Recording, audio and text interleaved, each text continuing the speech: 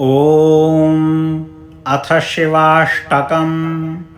प्रभुं प्राणनाथं विभुं विश्वनाथं जगन्नाथनाथं सदानन्दभाजं भवद्भव्यभूतेश्वरं भूतनाथं शिवं शङ्करं शम्भुमीशानमीडे। गलेरुण्डमालं तनौ सर्पजालं महाकालकालं गणेशाधिपालं जटाजूटगङ्गोत्तरङ्गैर्विशालं शिवं शङ्करं शम्भुमीशानमीडे।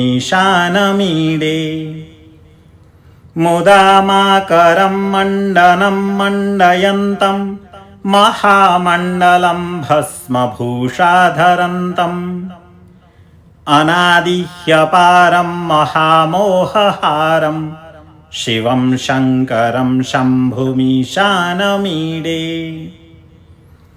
वटाधो निवासं महाट्टाट्टहासं महापापनाशं सदा शुप्रकाशं गिरीशं गणेशं महेशं सुरेशं शिवं शङ्करं शम्भुमीशानमीडे।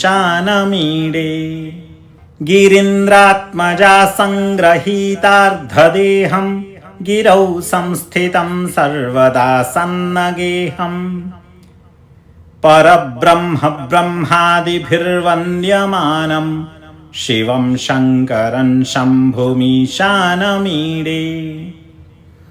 कपालं त्रिशूलं कराभ्यां दधानं पदाम्भोजनं रायकामन्ददानं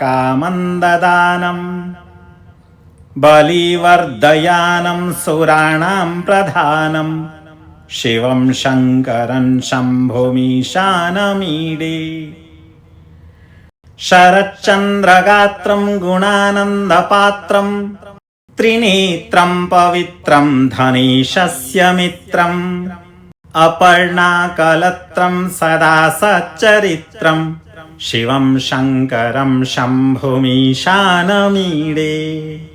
हरं सर्पहारं चिताभूविहारं भवं वेदसारं सदा निर्विकारं श्मशाने वसन्तं मनोजं दहन्तं शिवं शङ्करं शम्भुमीशानमीडे। स्तवं यः प्रभाते नरः शूलपाणि पठेत् सर्वदा भर्गभावानुरक्तः सपुत्रं धनं धान्यमित्रं कलत्रं विचित्रं समासाद्य मोक्षं प्रयाति। विचित्रं समासाद्य मोक्षं प्रयाति।